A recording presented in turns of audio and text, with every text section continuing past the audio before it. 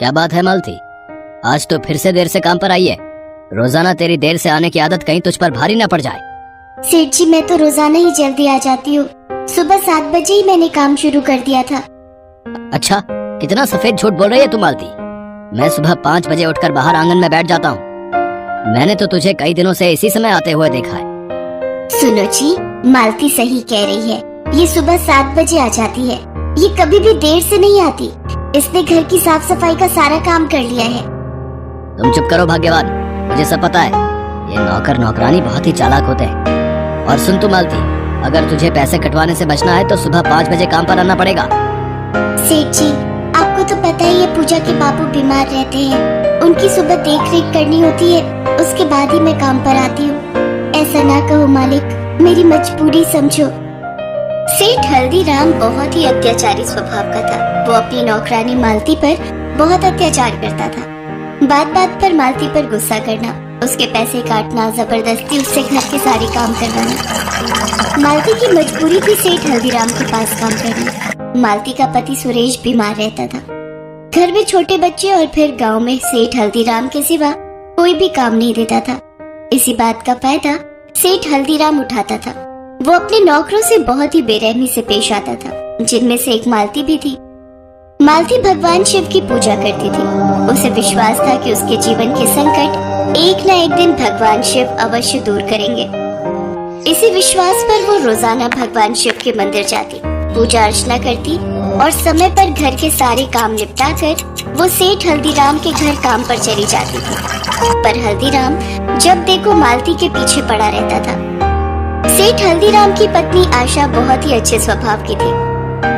हल्दीराम के एक बेटा बहू थे, पर अभी तक शादी के 8 साल बाद भी सेठ हल्दीराम के बेटा बहू को माता पिता बनने का सुख नहीं मिल पाया था। अरे बेटा किशोर, कितने डॉक्टर और हकीम बहू को देख चुके हैं। मुझे तो लगता है बिना पोते पोती का मुंह देखे ही स्वर्ग से धार जाऊंगा। हमारे भाग्य में पोता पोती का सुख नहीं लिखा। अब कौन से डॉक्टर के पास से आ रहे हो? पिताजी, वो शहर में किसी ने डॉक्टर बताया था तो वहीं दिखा कर आ रहे हैं। पर मैं समझ गया। जा, अब हमारा वंश आगे नहीं बढ़ेगा। हमारे भाग्य ही फूटे हुए हैं। सुनो जी, धीरे बोलो। बहू अभी अभी शहर से आई है, वो क्या सोचेगी? क्या सोचेगी? सच ही तो कह रहा हूँ। दीनानाथ ने अपनी बांझ बेटी हमारे गले बांध दी, जो इस घर को वारिस भी नहीं दे सकती। सेठ जी, आंगन का सारा काम हो गया है। बस बहुरानी के कमरे की सफाई बाकी है। बहुरानी घर पर नहीं थी तो मैंने उनके कमरे की साफ सफाई नहीं की थी। जा कर ले जाकर। बहुरानी बड़ी कमाइयाँ करके आई है ना शहर से। अरे निराशा ही हाथ लेकर आती है ऐसी बहुएं। सेठ की बहू अर्चना की आंखों में आंसू आ जाते हैं। वो रोने लगती है। तभी सेठानी वहाँ जाती है। चुप हो जाओ बहू, तुम्हारे ससुर जी का स्वभाव ही ऐसा है। वो बिना सोचे समझे बोलने लग जाते हैं। तुम सफर से आई हो, आराम करो। माँ जी, मेरी किस्मत में संतान सुख नहीं है। मैं ही गलत हूँ। आप सबको मेरे कारण कितने दुख झेलने पड़ रहे हैं। आप जानती हो, हर जगह जाकर देख लिया, पर कुछ समझ नहीं आ रहा कि ये दुख कैसे दूर होगा। अब तो मेरी उम्मीद ही खत्म होती जा रही है। भाभी, आपको अपने मन की मुराद अगर पूरी करनी है तो भगवान शिव के 16 सोमवार के व्रत रखो। भगवान शिव के 16 सोमवार के व्रत भक्तों की मन वांछित इच्छा को पूर्ण करते हैं। अगर आप भगवान शिव के व्रत रखकर उनका उद्यापन करोगे तो आपको अवश्य ही संतान सुख की प्राप्ति होगी। भोलेनाथ शिव शंकर बहुत ही दयालु हैं। वो आपकी झोली में संतान सुख का आशीर्वाद अवश्य प्रदान करेंगे। मालती, क्या तू सच कह रही है? अगर बहू 16 सोमवार के व्रत रखे तो इसे संतान सुख प्राप्त होगा? हाँ मालकिन, ये सच है। आप एक बार बहुरानी से ये व्रत रखवा कर तो देखो। मैंने भी ये व्रत शुरू किए हैं ताकि पूजा के पापा जल्दी ठीक हो जाएं। मालती के कहने पर अर्चना भगवान शिव के 16 सोमवार व्रत रखने शुरू कर देती है। अर्चना सेठ की नजरों से बचकर मंदिर जाती और पूजा पाठ करके चुपचाप घर लौट आती। सेठानी ने अपनी बहू को समझा दिया था कि घर में किसी को पता नहीं चलना चाहिए कि वो 16 सोमवार के व्रत रख रही है, नहीं तो वो उसे ये व्रत नहीं रखने देंगे।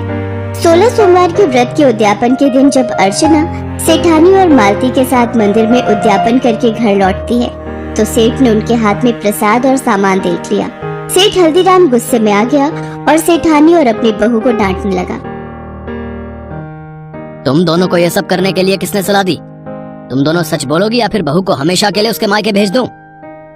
सेठ का गुस्सा देखकर मालती से रहा नहीं गया और उसने सारी सच्चाई बोल दी। सेठ जी, मैंने ही बहू रानी से ये व्रत रखने के लिए कहा था, आप उन्हें घर से मत निकालो। अच्छा, तो ये सब तेरा किया धरा है। अब तू देख मैं क्या करता हूँ। तो निकल, अभी इसी समय मेरे घर से निकल। मैं तुझे नौकरी से निकाल रहा हूँ। और सुन, एक फूटी कौड़ी तुझे तनख्वाह की नहीं मिलेगी। और हाँ, जो ये उद्यापन में हमारा पैसा लगा है ना, वो सब तो कल सुबह तक मुझे देकर जाएगी, नहीं तो तुझे और तेरे परिवार को तेरे ही घर से धक्के मार कर निकाल दूंगा। अब जा यहाँ से।